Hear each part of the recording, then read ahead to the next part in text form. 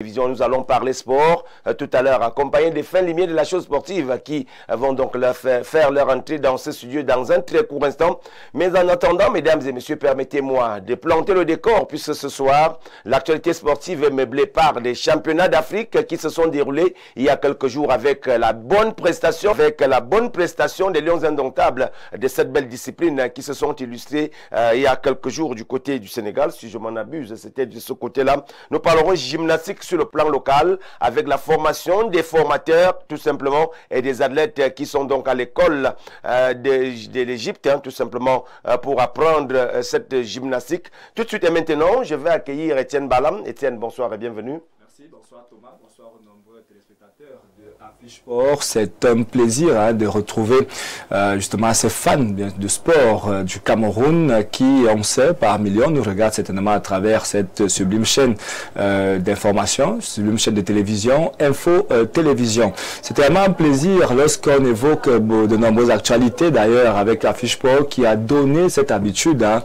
donc déjà aux nombreux téléspectateurs d'avoir la bonne information, l'information sûre. Nous la donnerons encore ce soir dans le cadre de cette émission. Merci encore Thomas. Je commence donc tout de suite avec cette actualité qui a défrayé la coulée du côté du Septentrion. Nous parlons des sports équestres avec la course des chevaux. La course des chevaux qui pour certains, parce que quand on parle de sport équestre ici, certains ne se retrouvent pas. C'est bel et bien la course des chevaux. Et nous allons donc du côté de la régie prendre cette information, si elle est calée. Nous parlons bel et bien de cette information parlant des sports équestres. Alors tout de suite et maintenant, faisons un tour du côté de la... Pour y arriver, gymnastes et encadreurs suivent avec attention et assiduité les modules de recyclage de l'experte égyptienne depuis quelques jours.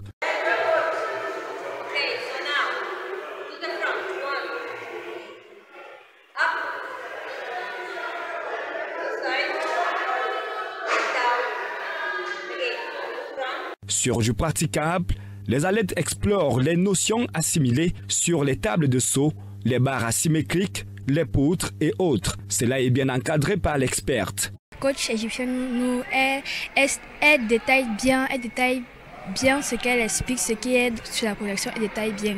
La coach, en fait, elle nous montre tous les détails qu'on doit faire, comment placer le pied gauche au droit, être sur la pointe et bien se positionner. Le coach, elle est vraiment patiente. Elle nous explique ce qu'on doit faire. Ces enfants viennent de différentes régions. La fédération, quant à elle, a un objectif au-delà de l'amélioration des performances. Arrimer le Cameroun aux nouvelles instructions liées à la nouvelle Olympiade. Donc c'est un peu plus ça. Et aussi combler les lacunes que nous connaissons.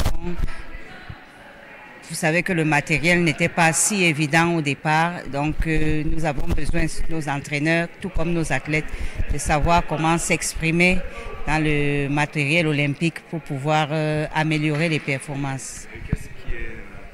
Le camp d'entraînement s'achève le 10 mai prochain et les premières évaluations seront faites sur le terrain lors des finales du championnat national.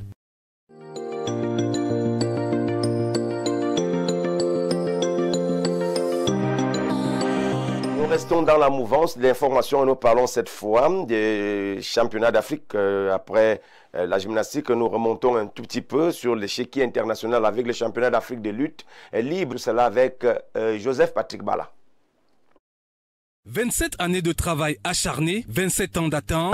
Le Panar Géaïkos, donc c'est un peu difficile, mais c'est le club qu'il allait prendre justement pour remonter la panne. Il est parti justement de cette 10e place.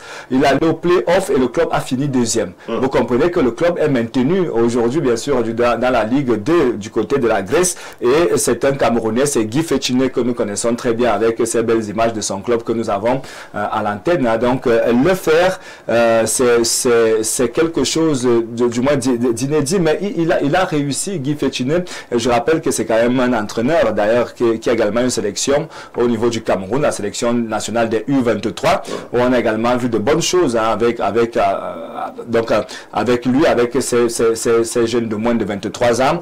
Et il le fait si bien qu'aujourd'hui, quand même, toutes les attentions des clubs grecs, donc des dirigeants du côté de la Grèce, toutes les attentions sont reposées, tous les regards sont posés sur le Camerounais aujourd'hui, qui est pratiquement levé parmi les entraîneurs assez, du moins très professionnels en Europe.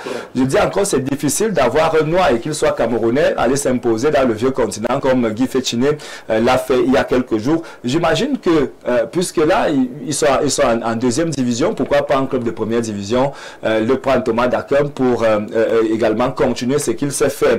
Alors il faut simplement dire que c'est quelqu'un qui aime le travail, c'est quelqu'un qui est assidu au niveau du travail, c'est quelqu'un qui donne tout lorsqu'il s'agit bien sûr de travailler, mais c'est également un bon modérateur, c'est quelqu'un qui sait bien prendre en fait son vis-à-vis, et vous comprenez qu'il fallait justement un homme comme ça, un homme de poigne, un homme qui sait parler aux joueurs pour faire justement que les choses changent. Il a donc réussi à remonter la pente naturellement du côté de la Grèce et aujourd'hui il est porté en triomphe de ce côté. Le club est maintenu en deuxième division puisque le club devait descendre en division inférieure. Le club est maintenu en deuxième division et pourquoi pas l'année prochaine avec peut-être Guy Fétiné encore, on va chercher l'élite.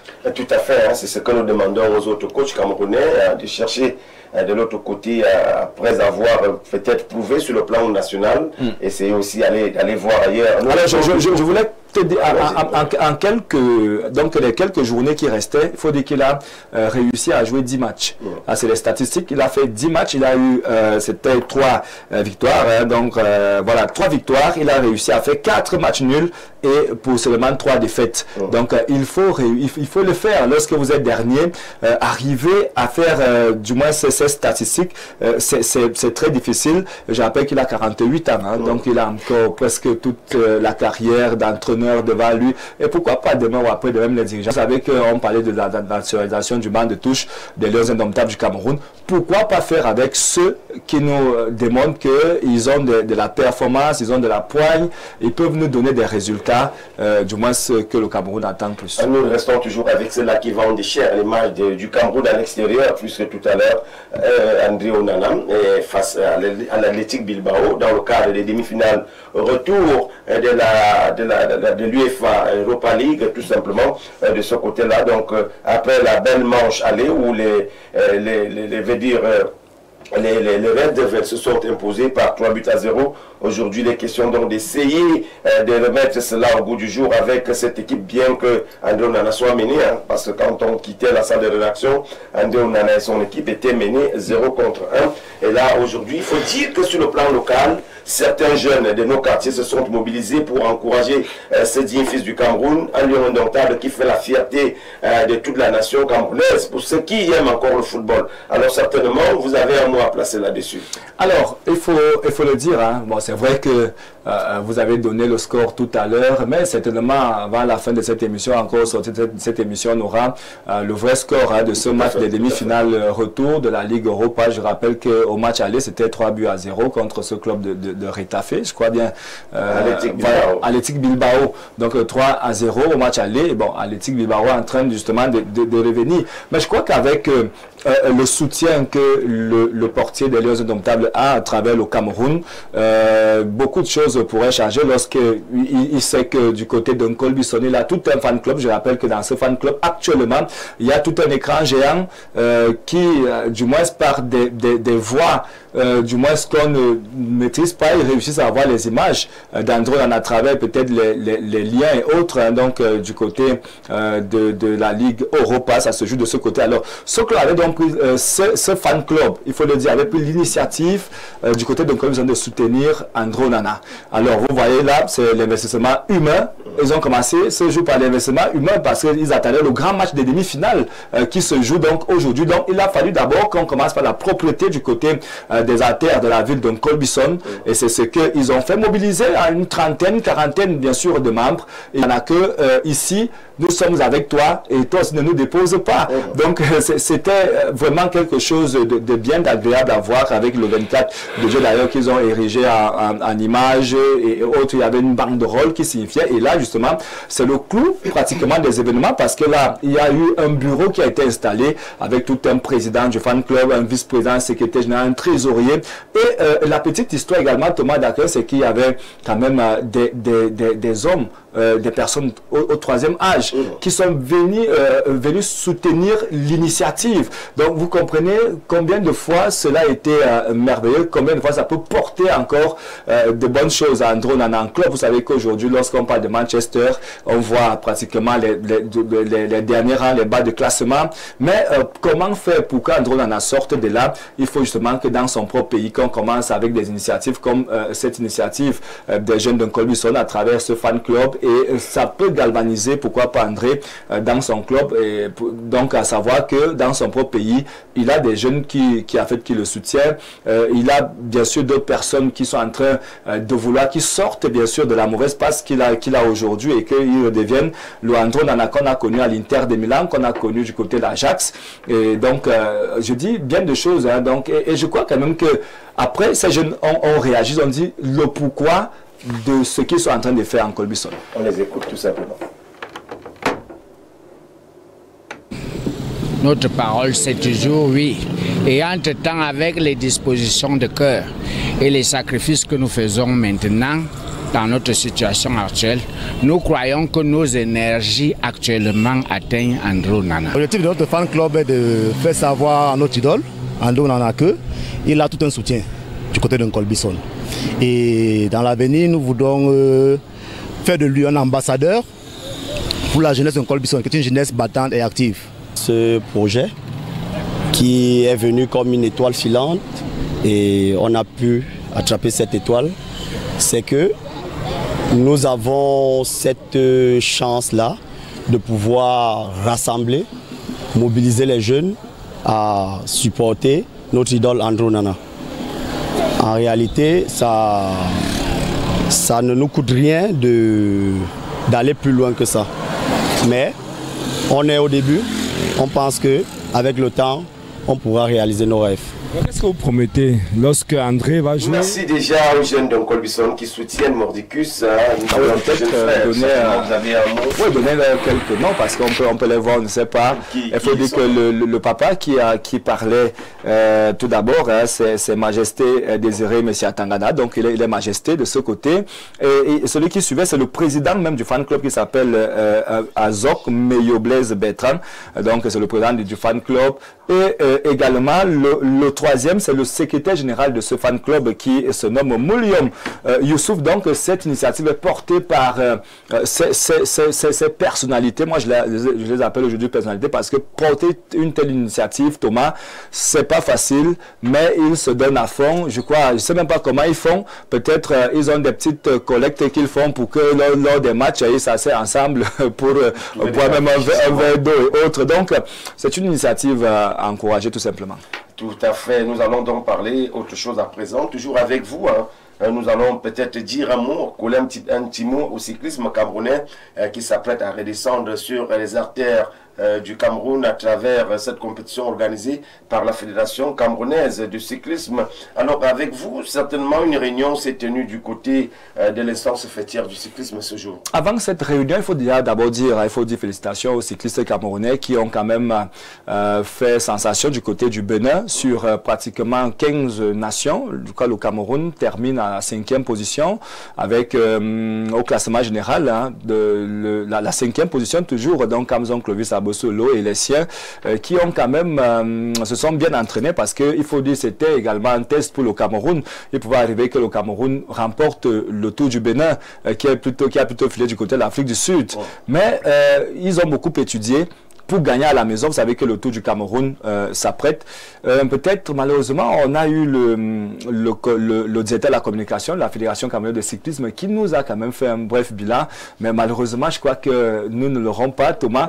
Mais il nous a quand même signifié comment ça s'est déroulé du côté du Bénin, comment les cyclistes camerounais étaient traités de ce côté, dans de bonnes conditions, dans de meilleures conditions. Ils ont été ils ont mis les petits plats dans les grands pour que le Tour du Cameroun, cette fois qui se prépare, se déroule dans de très bonnes conditions. Et donc, la réunion qui s'est donc tenue ce jour du côté de la Fédération camerounaise de cyclisme avec son président Honoré Yossi, il était donc entouré pour la circonstance des membres du bureau exécutif. On verra d'ailleurs justement quelques photos. Il a d'abord félicité les encadreurs de la SNH Vélo Club, les entraîneurs de la SNH Vélo Club pour leur participation honorable à la 20e édition du Tour cycliste international du Bénin, dont je parlais d'ailleurs tout à l'heure. C'était la 20e édition avec un classement général au 5e rang, donc à la fois par Clovis Kamzon Abesolo et par la SNH Vélo Club. Et ensuite, donc, il leur a fixé de nouveaux objectifs pour la participation à la 21e édition du Tour cycliste international du Cameroun, prévu du 3 au 15 juin 2025. Peut-être quelques images, puisque c'était toute une grosse réunion avec le comité technique donc de la Fédération camerounaise de cyclisme, les entraîneurs, les directeurs techniques et bien d'autres qui ont participé à cette réunion pour maintenant mieux préparer le Tour du Cameroun, parce que il est quand même cher avec ce titre. Le président Honoré Yossi voudrait que lorsqu'on est à la maison, que tout reste à la maison. Donc, il faut que le Tour se gagne à la maison par des Camerounais. Je crois qu'il a annoncé il y a quelques jours qu'il y a, au même moment où il y avait la SNH du côté du Bénin, il y avait d'autres équipes déjà qui étaient en stage, naturellement, pour préparer cette compétition. Donc, il n'y a pas que les coureurs qui étaient du côté du Bénin, donc qui viennent de la SNH, sur qui le Cameroun va compter pour ce Tour. Il y a également une équipe nationale, et je crois avec d'autres cyclistes également qui vont intégrer, pourquoi pas, les rangs de l'équipe nationale ou encore la SNH Vélo Club pour qu'on connaisse la sensation pour ce Tour du Cameroun qui est quand même déjà, qui est un tour assez relevé, ou du moins même très relevé. C'est un tour international également où on va voir des pays qui ne font que dans le cyclisme, des équipes qui ne font que dans le cyclisme, qui courent en moyenne par an, qui font au moins 15 courses, donc 10 à 15 courses, qui vont venir au Cameroun pour venir arracher les titres. Donc on a par exemple des équipes qui viennent des Pays-Bas, les équipes qui viennent de la France et autres qui seront là au Cameroun. Donc il faut que les équipes du Cameroun soient bien prêtes, et je crois que la fédération est en train de mettre les petits plats dans les grands pour que tout se passe très bien. Certainement avec beaucoup d'engagement de nos coureurs, surtout ceux-là qui veulent encore porter haut les couleurs nationales camerounaises. Nous allons donc continuer tout simplement, avant de prendre la thématique inscrite à l'ordre du jour, nous allons continuer de feuilleter le carnet de l'actualité sportive, et nous restons toujours dans les faits avec cette compétition qui a retenu les attentions des Camerounais du côté du Sénégal. Tout simplement, le Cameroun est revenu de ce côté-là avec une bonne moisson, tout simplement avec des médailles en or. Nous allons parler ici de la boxe française.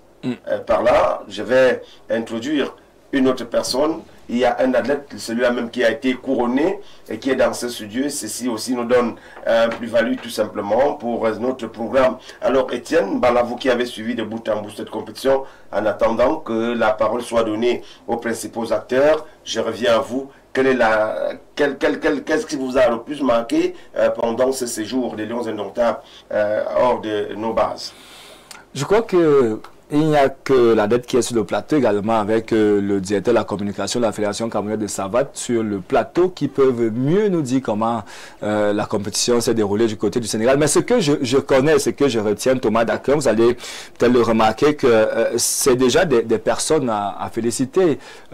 J'imagine que si ça avait été les Lions Indomptables de football, on aurait envoyé des voitures à l'aéroport, parce que le Cameroun termine à la 2e place, pas n'importe laquelle. Deuxième place, ça veut dire synonyme de médailles d'argent.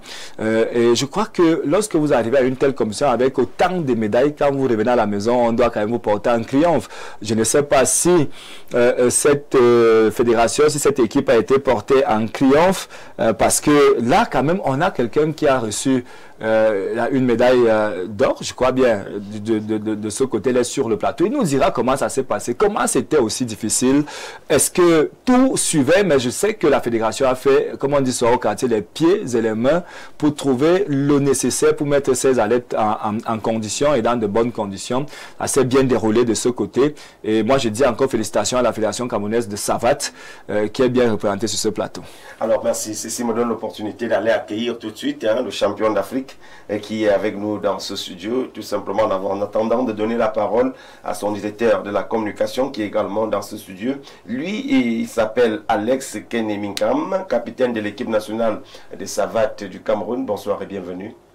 Bonsoir à vous et merci. Je profite pour dire un grand merci à Info TV de m'avoir permis d'être présent sur ce plateau ce soir. Alors, on voit d'ailleurs des belles ceintures, de très belles médailles. Ceci est le fruit de plusieurs efforts ou alors d'un travail acharné. Exactement, ça c'est le fruit de non seulement de plusieurs efforts et d'un travail acharné comme vous l'avez si bien dit. Parce que vous le savez, nous ici au Cameroun, comme on dit souvent, celui qui est ici là, c'est un Camerounais. Seul connaît ce qui vit dans son pays, que nul autre ailleurs ne peut vous connaître. Donc ça c'est un travail vraiment acharné. Alors certainement les sports dits mineurs sont en train de faire honneur au Cameroun aujourd'hui, parce que si on regarde les autres disciplines sportives, ce sont des parents pauvres comme on dit souvent. Toutes les attentions sont focalisées sur le football, et aujourd'hui quand vous revenez d'une telle expédition avec et couronné de telles médailles, qu'est-ce que ça vous fait? Vraiment, non seulement ça me fait énormément plaisir, et ça montre aussi que, comme vous l'avez si bien dit, notre petite fédération ou bien fédération mineure est en train de monter tout doucement, parce que ça fait aujourd'hui, depuis 2023, quand on organise une compétition, on ramène toujours les médailles. Quand on participe à un championnat d'Afrique, on ramène toujours, que ce soit les médailles d'or, argent ou bronze, on ramène toujours, nous ne revenons jamais bras ballants. Ce qui fait en sorte que ça nous donne un peu des ailes. Ça nous donne un peu des ailes. Alors, oui, je voulais réagir parce que lorsque nous avons la chance également d'avoir sur ce plateau quelqu'un qui était au front et qui est revenu auréolé de médailles. Je rappelle que ce n'est pas le premier front en même temps. Hein. Je crois que ça c'est la grosse ceinture que nous avons sur cette table. C'était au mois de décembre. C'était au mois de décembre. C'était une autre compétition également. Donc, je voudrais savoir quelle est la sensation lorsque vous portez le vert jaune plus haut. Qu'est-ce que ça vous fait, vous, dans cette compétition, lorsque on vous dit que oui, vous avez la médaille d'or, et vous savez que vous devez rentrer au Cameroun, vous avez des amis, comment ça s'est passé, en fait? En fait, la première sensation, d'abord, c'est ici, d'abord, le drapeau du Cameroun au sommet. Dès que tu es sur le podium et qu'on met l'hymne national de ton pays, franchement, c'est une sensation que si tu ne vis pas, si on te dit c'est menti, tu ne peux pas comprendre. Devant le Sénégal, devant le Maroc, la Tunisie, et tous les pays. L'hymne national du Cameroun est chanté à haute voix, tout le monde est au garde-boue et tout. Vraiment, c'est une sensation unique. Il faut la vivre pour la connaître sincèrement. Et au pays, vos amis, comment vous avez vous accueillir aujourd'hui? Ça se passe bien, les félicitations et les encouragements et tout. Bref, ça se passe bien, ça se passe très bien. Alors, je vais profiter pour donner la parole à celui-là qui est chargé de nous relayer les informations à chaque fois. C'est lui le directeur de la communication de la Fédération camerounaise des savates, ou alors la boxe française, comme d'aucuns l'appellent si bien. Alors, bonsoir monsieur Franck Ebeniste et bienvenue. Bonsoir Thomas Dakendi. Bonsoir Etienne Bala, bonsoir aux milliers de spectateurs de Info TV, bonsoir aux fans de la Fédération camerounaise de boxe savate. Bon, petit rectificatif parce que je ne voudrais pas que les gens se sentent un peu frustrés. Je suis directeur de communication de la Confédération africaine de la savate, donc communicateur à la Fédération de savate boxe française. Donc, je ne voudrais pas que certains pensent que j'ai usurpé un peu le titre. Voilà, je suis le communicateur de la Confédération africaine de savate. Donc, et je suis aussi communicateur à la Fédération camerounaise de savate boxe française. Donc, c'est vrai, avec ces casquettes, je peux justement répondre aux deux questions.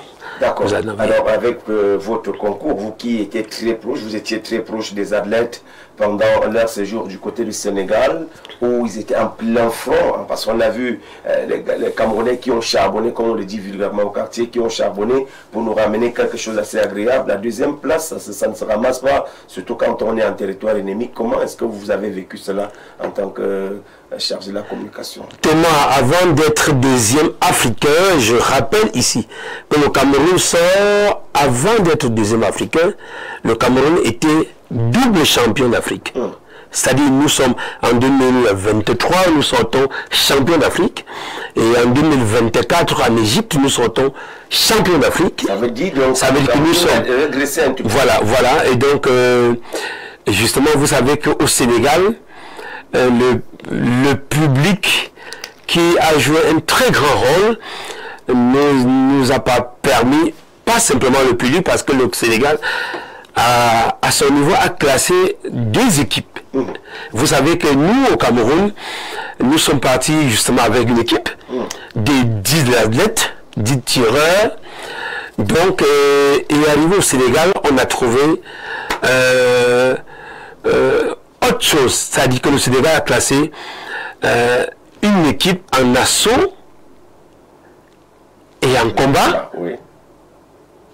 Et une équipe en assaut, c'est-à-dire que quand une équipe combat en assaut, ce n'est pas la même équipe qui combat en combat. Je veux bien qu'on se comprenne très bien.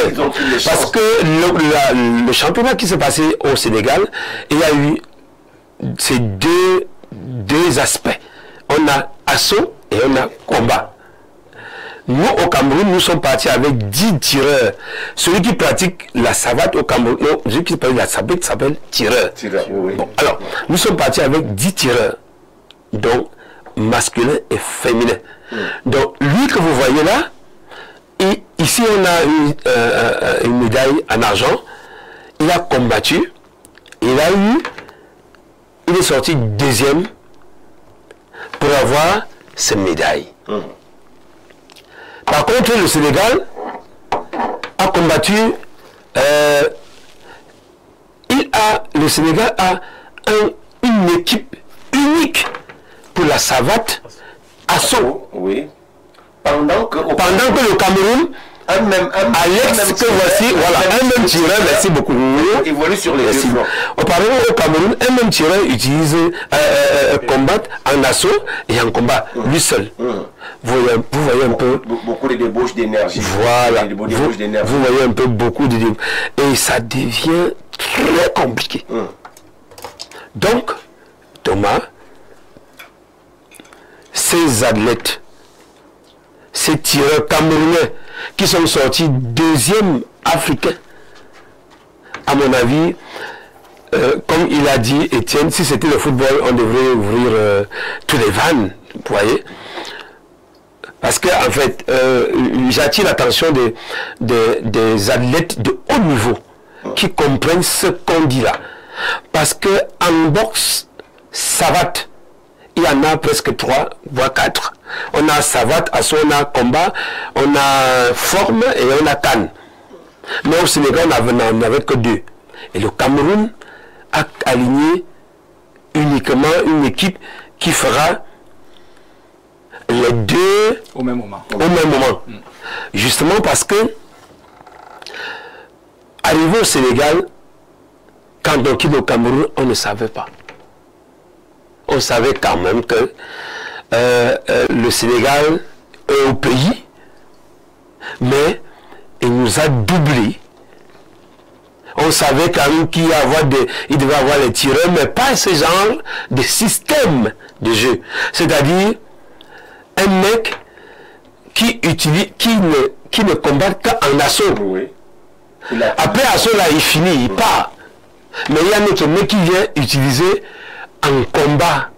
Donc à l'est que voici, il combat avec Étienne 2 fois. C'est-à-dire qu'il combat avec Étienne en tant qu'assaut. Et en même toujours lui, il combat. On se comprend un peu. Donc il est sur 2 fronts. Il est sur 2 fronts. Et il a face à lui 2 adversaires. 2 adversaires. Ici, nous sommes en assaut, et là-bas nous sommes en combat. Et le public a joué un très grand jeu publique sénégalaise. Et donc, et je disais, pour revenir sur votre question, ce n'est pas très facile. C'est très compliqué. Vous avez 7 pays. 7 pays. Dans les 7 pays, vous avez des Maghrébiens, vous avez les Afrique centrale, oui, et Afrique de l'Ouest, qui souhaitent avoir notre place. Le team est dans un ring, et il a de me combattre pour devenir champion. On lui dit que ce monsieur que vous voyez là, il sort de l'Égypte, il est double champion d'Afrique. Donc du coup, on a eu de pain sur la planche. Donc au Sénégal, ce n'était pas facile. Dieu merci, nous sommes sortis deuxième africain. Ce n'est pas donné à n'importe qui, vous le savez très bien. Avoir la médaille d'argent, comme a dit Etienne Bala, à la deuxième place. Ailleurs, ça se fait très rapidement.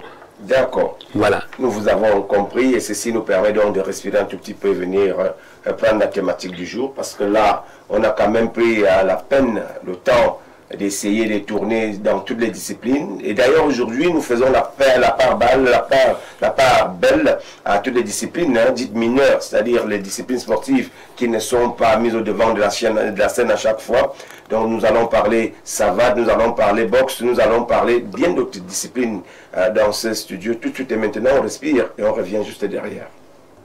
De votre petit écran tout à l'heure, la thématique qui ouvre les vannes pour les fédérations dites mineures, ou alors tout simplement les disciplines pourvoyeuses de médailles mais qui ne sont pas véritablement valorisées. Nous allons donc revenir pour parler de cette thématique ce soir qui ne sera tardée à s'afficher tout à l'heure, et tous ensemble nous allons donc essayer de réfléchir. Alors Étienne, puisque tout à l'heure nous étions en plein dans la savate, boxe française, nous revenons un peu pour parler de ces disciplines-là qui font honneur au Cameroun, ces disciplines dites mineures qui sont aujourd'hui en train de faire briller le drapeau vert-jaune. Pour vous, qu'est-ce qui explique cela? Bon, c'est vrai que ces disciplines, lorsqu'on les rassemble, je crois que la savate, parmi toutes les disciplines qui est à l'international, la savate est quand même la première, hein, donc la première fédération qui revient avec beaucoup de médailles du Sénégal. Mais à côté de la savate, il y a eu l'haltérophilie, je crois avec le jeune Ganja également, qui est revenu avec des médailles. Je crois qu'à lui seul, il a peut-être 2 ou 3 médailles, des championnats d'Afrique aussi. Et à côté de cela, on a eu des judokas également qui étaient au front, du côté d'Abidjan. Au front également, de ce côté, ils sont rentrés avec quelques médailles. Mais lorsqu'on fait la somme de tout, on constate quand même que le Cameroun gagne beaucoup avec des fédérations autres que celles du football. Pas que je suis en train de faire le procès à la Fédération camerounaise de football aujourd'hui. D'ailleurs, il y a de bonnes choses avec la Fédération camerounaise de football également. Mais je dis, il faudrait un peu qu'on mette un peu plus d'accent, Thomas Daquin, autant qu'on met. C'est vrai qu'il y a soit eu ces débats parce qu'on estime que le football est générateur de beaucoup d'argent. C'est pour ça que toutes les fédérations ne peuvent pas être au même niveau. Mais qu'on essaye au moins avec, je ne sais pas, des subventions qui sont données au niveau du ministère des Sports pour des fédérations, qu'on essaye quand même également de valoriser d'autres fédérations, du moins comme quelqu'un avait dit, il n'y a pas de sport mineur ni de sport majeur. Mais quand même, on a constaté qu'il y a d'autres sports qui sont mineurs parce qu'ils ne sont pas valorisés au même titre que le football au niveau du Cameroun. Donc vous remarquez qu'il y a eu justement, Thomas Daquin, il y a eu justement beaucoup de compétitions en l'espace pratiquement d'une semaine. Mais on n'en parle pas au Cameroun, si ce ne sont les médias comme Info Télévision qui en parlent, qui essaient de valoriser ces autres sports, qui essaient de vous dire que maintenant, il y avait la savate du côté du Sénégal, il y avait du judo du côté d'Abidjan, il y avait ci, il y avait ça. Donc c'est un peu comme ça. Donc moi je pense que peut-être on ne va pas également commencer à se poser les questions, qu'est-ce que le ministère des Sports a fait pour ces fédérations qui reviennent au royaume des médailles, des compétitions internationales. Mais il me semble que jusqu'à maintenant, l'instant, rien n'a encore fait. On ne sait même pas si on a reçu ces athlètes, ne serait-ce que pour les saluer, ne serait-ce que pour les encourager. Est-ce qu'il y a eu des lettres de remerciement, des lettres d'encouragement de ces fédérations, c'est-à-dire que les lettres qui viennent du ministère des Sports pour, par exemple, dire le ministre des Sports encourage, félicite les athlètes qui reviennent du Sénégal avec des médailles. On n'a pas ces informations. Ou alors, comme on le fait souvent lorsqu'il s'agit peut-être, par exemple, du football, vous allez voir qu'il y a des points de presse qui passent tout de suite. C'est-à-dire que, oui, point de presse parce que il faut présenter tel joueur qui revient ou encore... peut-être c'est parce qu'il y a des disciplines aussi prisé, il y a beaucoup d'argent quelque part. Vous vous souvenez quand même qu'on a reçu quelqu'un qui n'a plus la nationalité camerounaise, qui joue au basket quelque part de l'autre côté. Ben, il a été reçu au Cameroun. Alors qu'on a des fédérations qui nous ramènent des médailles à la maison, mais qui ne sont pas toujours reçues. Donc je souhaite vivement, on n'est pas dans on n'est pas dans la ligne, du moins dans la boule de cristal pour dire que demain le ministère des Sports ne va pas recevoir, pourquoi pas Alex qui est sur le plateau et toute la team qui était du côté du Sénégal ou encore les autres qui sont revenus. Mais nous sommes juste en train d'attirer l'attention des uns des autres, qu'il faudrait que lorsque ces enfants reviennent de compétition, qu'ils soient, non seulement, je le disais tout à l'heure, qu'ils soient reconnus déjà à partir de l'aéroport, on devait quand même aussi voir l'effervescence qu'on a souvent lors des grands jours des Lions indomptables du Cameroun, des Lions de football, qu'on devait justement avoir également cette effervescence pour les autres Lions, parce qu'ils sont également Lions indomptables, ils portent le vert au jaune, défendent le vert au jaune à l'international. Donc, vivement que le ministère des Sports, si on nous écoute de ce côté, qu'ils fassent quelque chose pour ces athlètes. Très certainement, ils vont appuyer quelque part pour que ces athlètes-là se sentent aussi véritablement, comment je vais dire, surestimés, alors tout simplement. Voilà, parce que là, quand une médaille revient, c'est une médaille pour le compte du Cameroun. On parle bel et bien du Cameroun. Donc tous ces athlètes le méritent véritablement cette attention. De la part. Parce que là, ce n'est pas le nom d'Alex qu'on affiche. Non, on affiche Sénégal premier, deuxième Cameroun, avec le vert rouge à côté. On aurait mis quand même que dans Cameroun, là, voici, il s'appelle Alex Tel. Il a eu des médailles en or, une médaille en or, une médaille en or. On devait afficher. Bon, maintenant, c'est le Cameroun qui est devant. Et maintenant, comme nous, on est dans la cuisine interne, Thomas Daquin, quand on sait que c'est le Cameroun qui est devant, mais nous, Camerounais, allons donc tirer ceux qui ont mis le Cameroun devant. Alors, je vais revenir avec Alex. Lui, c'est un acteur majeur qui est au cœur. Alors, Alex, je voudrais vous poser cette question qui taraude les esprits de nombreux Camerounais. Quand on voit aujourd'hui le sport, surtout certaines disciplines, comme les sports de combat, alors, quel est le véritable problème que vous rencontrez dans l'exercice de vos fonctions? Pour dire vrai, d'abord, les sports de combat ne sont pas d'abord faciles au Cameroun. C'est très très compliqué. C'est très dur en fait, c'est très dur. Donc, ce qui fait en sorte que pour véritablement percer dans les sports de combat ici au Cameroun, il faut être passionné. Donc, c'est la passion qui nous pousse à continuer, à ne pas baisser les bras et tout. Sinon, après là, c'est vrai que on voit aussi la fédération évoluer, ça nous encourage aussi beaucoup. On voit aussi les efforts que le ministère nous fournisse, qui fait en sorte qu'on participe aux compétitions, championnat d'Afrique, peut-être championnat du monde, on ne sait jamais. En fait, c'est ça qui motive. Bon, on vous a vu du côté du Sénégal, il y a quand même quelques images qui défilaient là. Pendant votre prestation, pendant vos combats, ce n'était pas du tout facile. Est-ce qu'à un seul instant, vous ne pensez pas à tout ce qui tourne autour de certaines disciplines sportives au Cameroun avec tout ce que nous connaissons comme difficulté? Il est vrai, ça arrive des moments où nous réfléchissons à tout cela. Mais comme je le dis toujours, les sports de combat au Cameroun, c'est la passion. C'est la passion. Et pour ma remarque, comme vous l'avez si bien dit, les sports qui ramènent beaucoup de médailles au Cameroun, ce sont les sports individuels. Là c'est une vérité.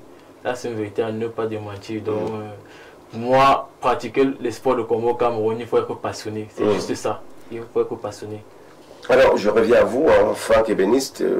Vous êtes très près, trop proche, même si je peux le dire, de ceux-là qui pratiquent des sports de combat.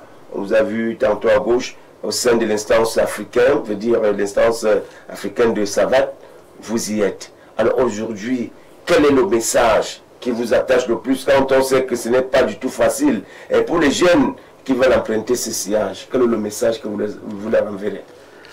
Moi, je pense que je ne peux pas inventer un message. Moi, j'étais au Congo en décembre. C'est là où cette ceinture est sortie.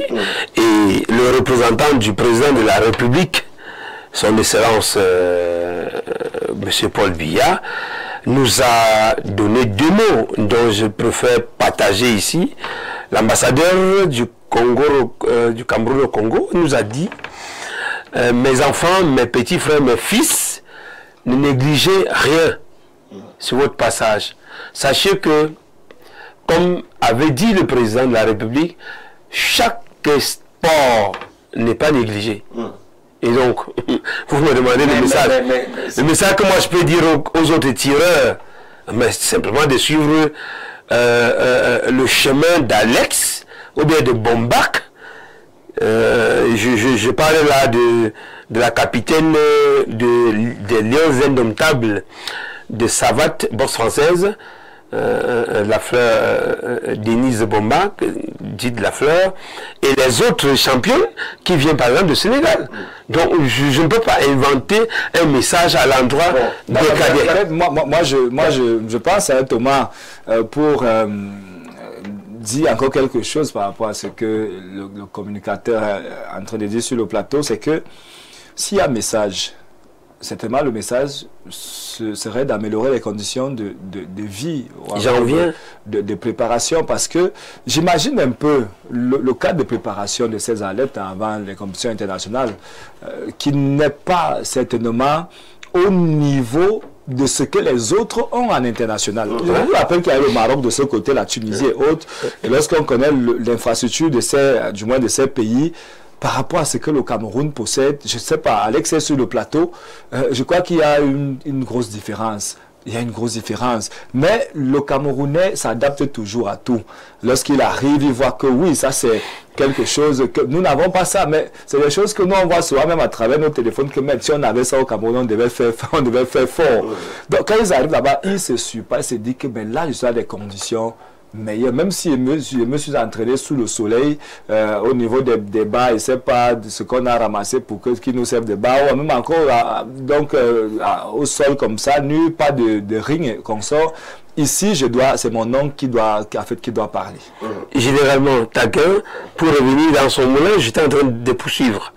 Je disais, les cadets d'Alex et les autres champions, les conditions que nous travaillons, que nous utilisons au Cameroun est très compliquées. Je parle là sur son contrôle. Au Sénégal, c'est un grand pays de savates. Quand vous allez faire des statistiques ou alors vous allez faire des recherches, sachez qu'en Afrique, on aura peut-être 2 ou 3 pays. On a le Cameroun, on a le Sénégal, en termes de savates en Afrique. Ça, c'est en termes de compétition. De compétition et même de pratique.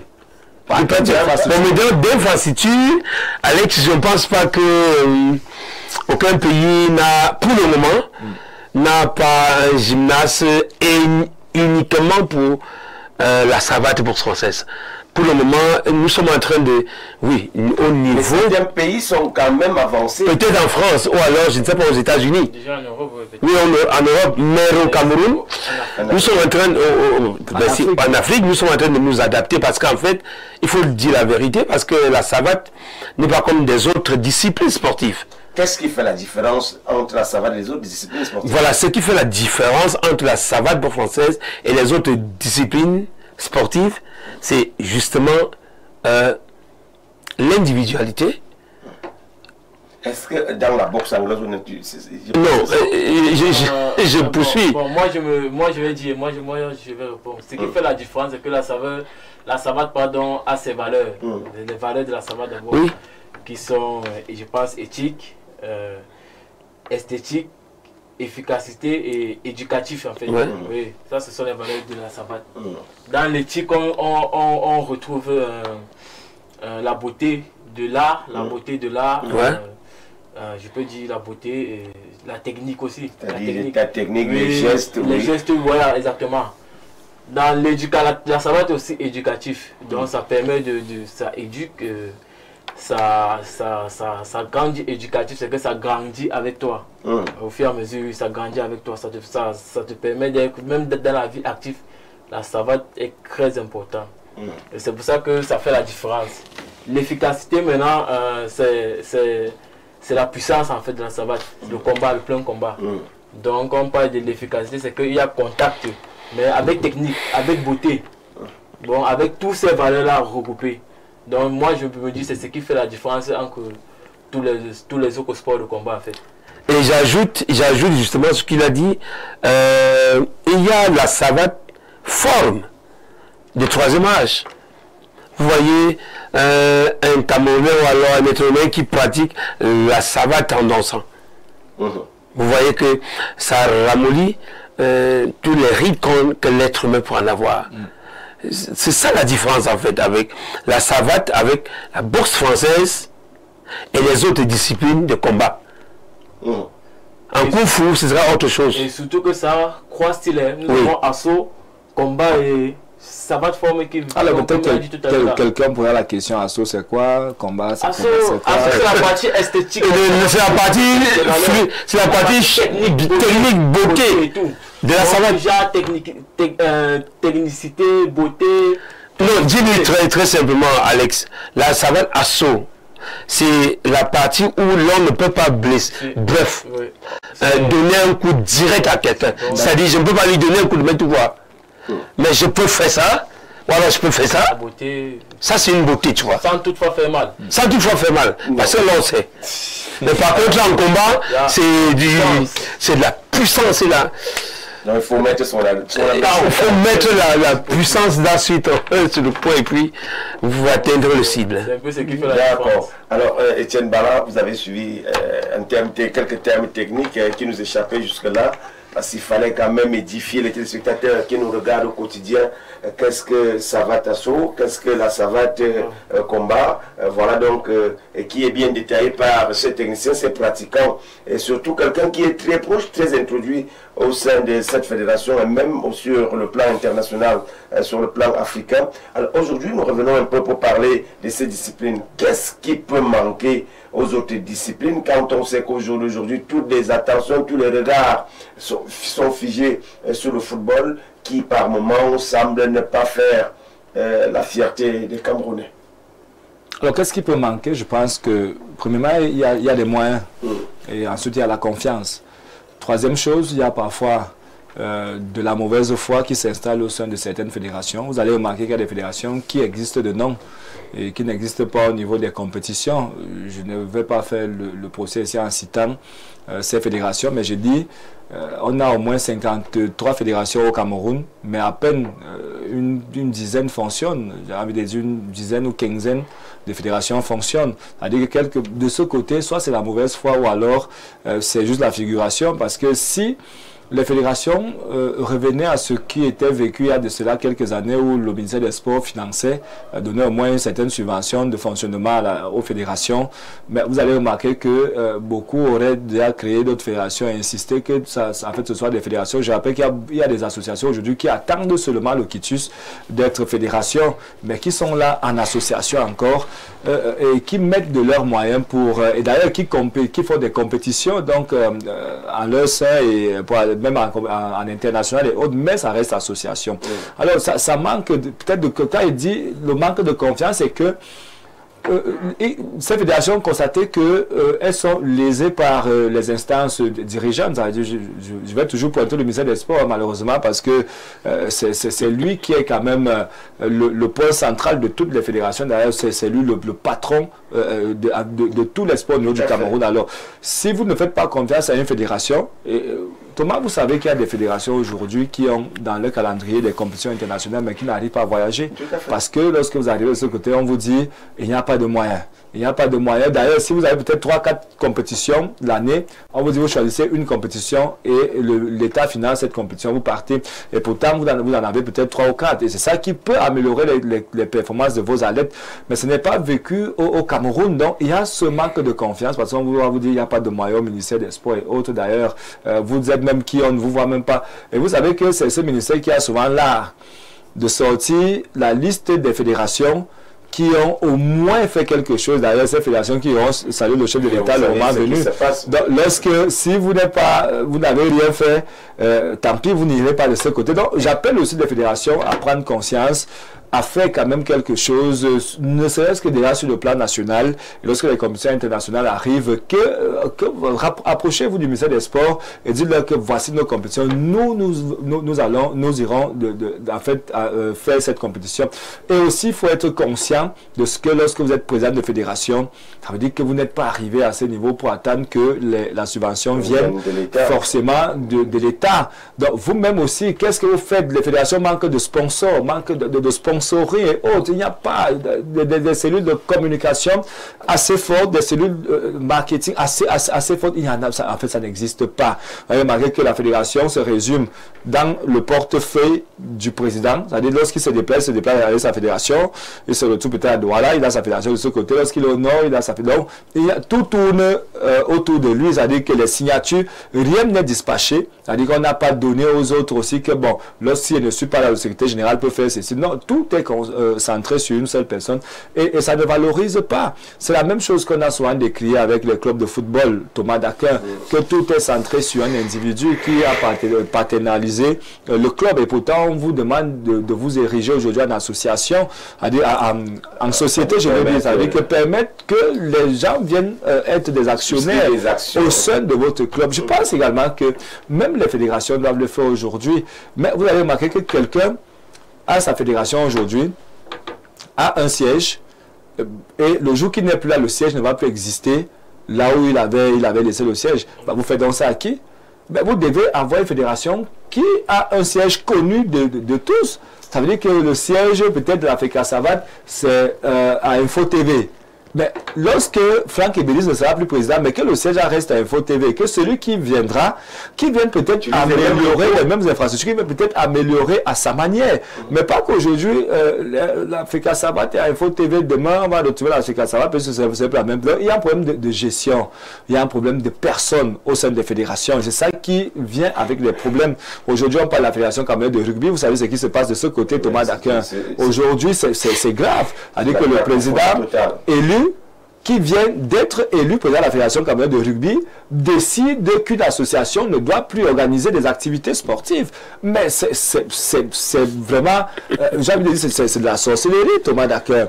C'est la sorcellerie. Maintenant, il faut qu'on comprenne, c'est vrai qu'il y a des modules, il y a peut-être le fond qui existe, pourquoi le président prend ces décisions. Oui, on va comprendre cela après, mais c'est des associations ou encore des clubs qui font de toi fédération. Alors, si vous suspendez une fédération que nous, on voit sur le terrain tout le temps, on est des journalistes, on est sur le terrain, quand on voit que nous, il y a le groupe tel qui met des activités sur le terrain, mais vous pouvez récupérer ces activités et faire le bilan de votre année avec. Mais ça devient la guerre. Donc, c'est pour dire qu'il y a un problème de personnes, parce qu'il y a des gens qui arrivent là pour s'enrichir et qui laissent, en fait, du moins les alertes sur le carreau, les alertes qui se meurent, qui n'arrivent pas à joindre les deux bouts, qui ne mangent même pas, parfois à la maison. Mais que vous utilisez en compétition internationale, et de ce côté, parce que c'est votre intérêt qui prime, parce que lorsque la lettre revient, même quand on donne même la prime arrive à la fédération, est-ce que ces primes sont vraiment redistribuées comme cela se doit? Il me semble que non. Donc, il y a tellement de choses, Thomas Daquin. Alors, nous allons quand même faire aussi honneur aux téléspectateurs qui nous écrivent. On prend quelques messages qui nous parviennent à l'instant. Bonsoir à vous le plateau, très belle émission. Je pense que là, les gouvernants du sport camerounais doivent prendre conscience, si seulement ils sont à l'écoute en ce moment. Le message est signé d'Éric depuis Ngaoundéré. Eric qui nous suit donc depuis Ngaoundéré. Bonsoir à vous et à toutes les populations du Septentrion. Nous prenons cet autre message qui dit « Bonsoir, arrêtez d'incriminer le ministère, surtout je pense que M. Etienne Bala, ce qui se passe dans le sport, qu'il arrête donc de sataniser le ministère des Sports. Le message n'est pas signé, prenez quand même la peine de signer vos messages. Nous prenons cet autre message qui dit « Bonsoir le plateau, très belle émission. Il faut seulement que les dirigeants camerounais apprennent à mettre sur pied ce qui va produire de l'argent afin que ceux-ci supportent les charges du sport. » C'est une très belle initiative. Et d'ailleurs là, certainement, vous avez conseillé ceux qui sont en charge du sport au Cameroun. Prenons cet autre message qui tombe à l'instant. Bonsoir à vous. Dites à M. Ébéniste que nous aussi nous voulons notre part. Le message est signé d'Éric. Eric, je ne sais pas à quelle part il parle. Nous allons donc... Alors Thomas, je voulais dire quelque chose à ce téléspectateur. Je ne suis pas, je suis pas en train de sataniser le ministère des Sports. D'ailleurs, le ministère des Sports n'est pas seul dans cette action. Il y a ce qu'on appelle le comité national olympique et sportif du Cameroun. Oui. Il y a même le comité non olympique. Il y a des autres qui sont là pour gérer le sport au Cameroun. Oui. Mais je crois que le ministère des Sports, si on le cite aujourd'hui, c'est parce que là-bas, c'est le ministère des Sports qui représente l'État en matière de sport au niveau du Cameroun. Donc, de ce côté, et c'est ce ministère qui gère les fédérations, c'est vrai que les sports olympiques, il y a le comité national olympique et sportif qui entre également en scène. Mais je dis, s'il y a de l'inertie dans ces choses, il y a une part de responsabilité déjà au niveau des fédérations elles-mêmes, c'est-à-dire les présidents qui négligent leur propre fédération.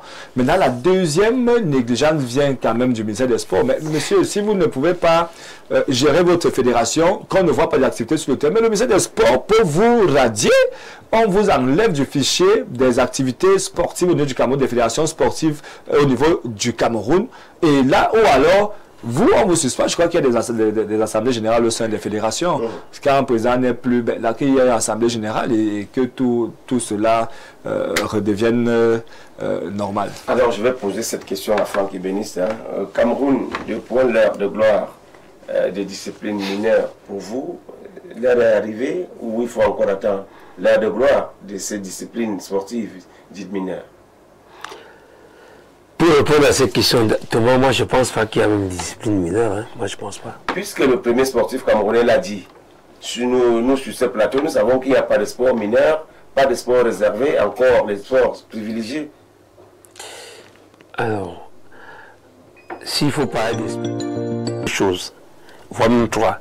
Mais avant d'arriver là, je tiens à dire notre tireur Alex est le premier Camerounais à décrocher une ceinture professionnelle au Congo. Et cette ceinture valent ce que vous appelez le trophée d'or quelque part dans d'autres disciplines sportives. Voilà, ça c'est d'un de deux. Le tireur Alex, le Cameroun en général, en train de se préparer pour un championnat, un tournoi mondial. Non, j'arrive. Mondial du côté de la Bulgarie. Mais quand vous dites discipline sportive mineure, moi je ne sais pas ce qu'on met dans mineur. Bon, moi je dis, il y a des disciplines que je connais, que je suis membre, je suis pratiquant, mais on continue à l'appeler mineur. Moi je ne sais pas ce qu'on met dans mineur. La savate n'est pas mineure, la savate est internationale. La seule chose que la savate nous manque maintenant, c'est d'être olympique. Ce n'est que ça que la savate. Mais la savate, on pratique la savate depuis des années. Comment? Donc, quand on va appeler savate mineure, moi je me pose beaucoup de questions. Qu'est-ce qu'on met dans mineur?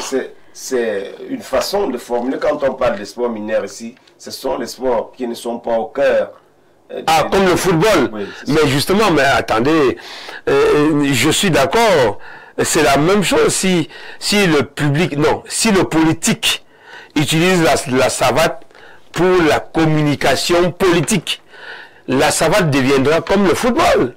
En fait, dans les années, on a utilisé le football comme discipline sportive de masse, à mon avis. Parce que quand ça ne se joue pas en individuel, donc ça veut dire que dans un stade, l'on politique a utilisé cela comme une pièce maîtresse, comme l'article de sa part pour pouvoir communiquer aux spectateurs qui viennent au stade, regarder le match. Mais si l'homme politique décide d'utiliser par exemple la boxe française pour pouvoir communiquer, je suis sûr que on ne peut plus appeler les disciplines sportives du genre sport mineur. Parce que le mot mineur m'embrouille en fait. Vous voyez, je tire un grand chapeau ici à M. Mandeng Bakadal, qui est le président de la Fédération camerounaise de savate française et en même temps le président de la zone 4 Afrique centrale, du travail qu'il met sur pied. Parce que depuis qu'il a pris le bâton de commandement à la Fédération camerounaise de savate, il n'y a pas l'affaire de dire que sport mineur. Pour vous, pour moi, c'est le sport, point. C'est l'adjectif mineur. L'adjectif mineur qui, à ma foi, un peu, je ne voulais pas dire ridicule, parce que ce serait un mot présidentiel. D'accord. Voilà, c'est un mot présidentiel. Alors, Alex... Et notre sport est au rang des autres sports.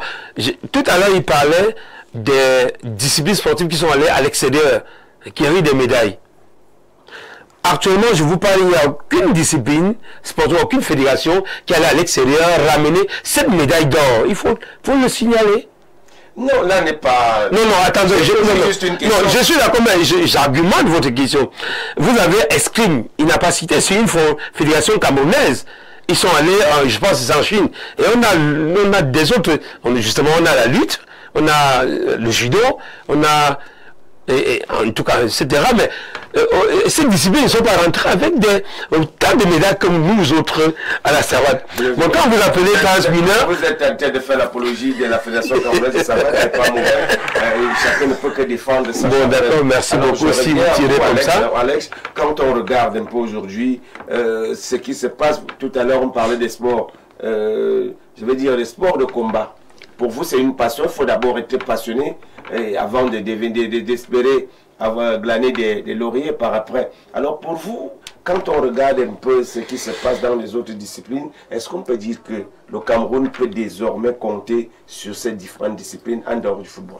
Ah ouais, là je l'avoue, moi je peux certifier. Je peux le dire qu'au Cameroun, franchement, le Cameroun peut compter sur les sports individuels parce que c'est le sport qui ramène plus de médailles au pays. C'est le sport qui ramène plus de médailles au pays. Donc, pour ma part, si on pouvait plus mettre de l'accent sur les sports individuels que les sports collectifs, sincèrement, ça devait nous permettre aussi de rêver et de briller grand. Et de briller grand, sincèrement. Alors, je suis d'accord avec Alex parce que si on fait un peu les stats, on fait le ratio, vous allez remarquer que le Cameroun est champion du monde dans beaucoup de disciplines de sport individuels. On peut les citer, les Francis Ngannou, MMA et autres. Vous comprenez qu'aujourd'hui, Thomas Daquin, on est sous le toit du monde à travers d'autres sports, mais le sport justement qu'on valorise le mieux, on n'est même pas, on n'est pas sur le toit du monde. Si on prend par exemple le football, quelqu'un va encore dire que je suis en train de sataniser le football, mais que non, mais ce sont les réalités, ce sont les faits. C'est-à-dire qu'ailleurs, on est facilement, peut-être comme c'est un sport individuel, c'est facile d'arriver au sommet, mais également difficile parce que si tu ne te prépares pas, tu ne seras jamais au sommet. Donc, et que dans le football, on est toujours en train de dire, bon, peut-être demain on va faire mieux, et pourtant on est en train de nous battre tous les jours. Donc, pour dire, moi je pense que, oui, peut-être pas changer totalement la donne, mais qu'on valorise aussi nos autres sports. Mais Thomas, pour continuer, j'ai envie de vous faire comprendre qu'en fait, la savate, tout à l'heure, Étienne, il a très bien parlé, mais j'ai envie de vous faire comprendre que nous ne pouvons pas nous lever comme ça, c'est tout simplement y aller, par exemple, au Sénégal, sans avoir un appui. Il faut que je le dise ici. Sachez que nous sommes allés au Sénégal avec le gouvernement. Et il y en avait un représentant du ministère des Sports dans notre délégation. Donc, tout ce que nous avons fait au Sénégal, c'était avec l'accord et c'était sur le contrôle du gouvernement camerounais représenté par le ministère tutelle.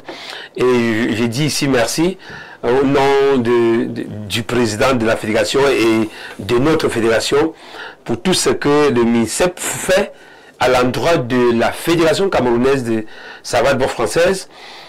Oui, mais c'est bien de l'entendre, Franck Ebeni, c'est bien de l'entendre que vous étiez bien accompagné par le ministère des Sports et de l'Éducation physique. Et c'est des actions comme ça que nous voulons voir avec toutes les fédérations.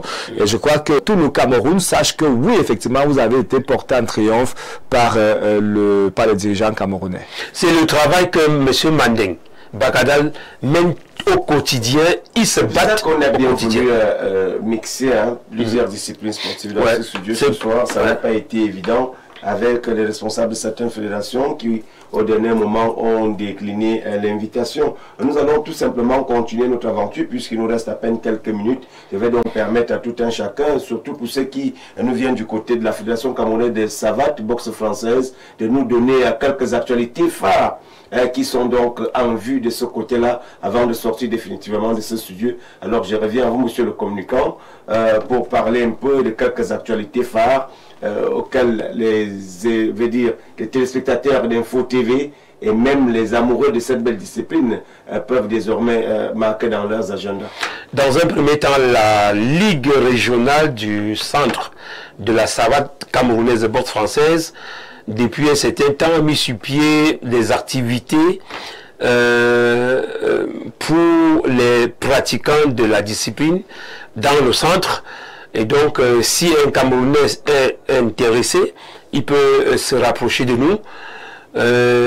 Nous mettons des experts. Alex, aujourd'hui, entre dans le patriarcat des patriarches, si jeune, oui, très jeune, il entre dans le cercle de patriarcat des patriarches qui doivent former les cadets tireurs, que ce soit masculin, que ce soit féminin, dans un premier temps dans la région du centre et dans l'aspect national et voire international, parce que en principe il est en train de se préparer pour aller chercher une autre ceinture du côté de la... Monsieur, c'était où? Voilà.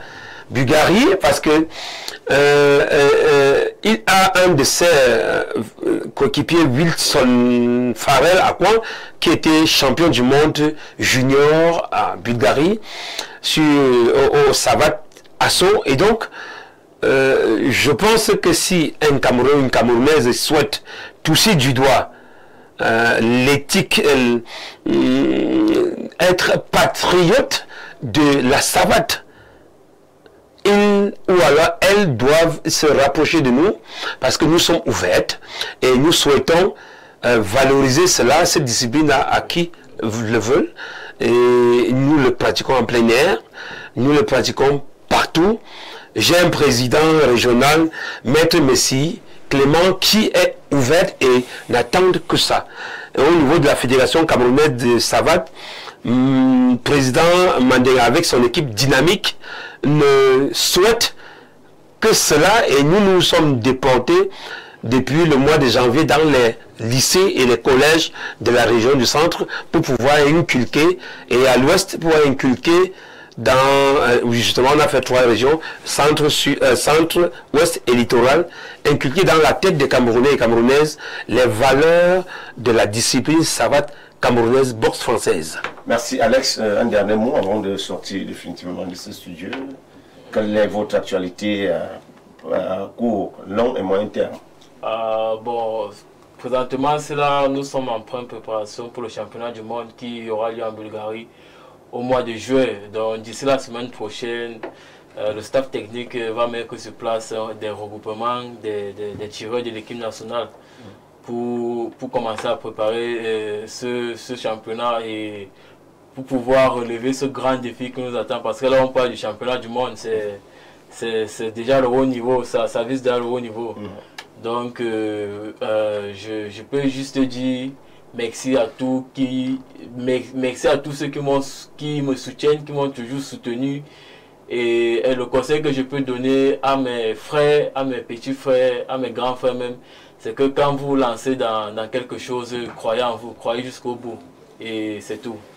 Merci à toi, Alex. Et certainement, vous nous reviendrez dans ce studio dans les tout prochains jours après avoir arraché cette haute couronne de haute lutte. Alors, Étienne, nous sommes arrivés au terme de ce programme ce soir. Un dernier mot pour sortir. Oui, un dernier mot pour dire, pour continuer à encourager Alex, encourager la Fédération camerounaise de savate, boxe française, et tous ceux qui ont eu des médailles du côté du Sénégal, pour leur dire que le travail ne s'arrête pas, le travail continue parce qu'il faut aller tutoyer maintenant le monde. Lorsqu'on est quand même au sommet d'Afrique, il faut maintenant viser le monde. Et je crois que ces jeunes frères et sœurs le feront dans les prochains jours pour continuer à illuminer notre pays, à faire monter plus haut le drapeau du Cameroun.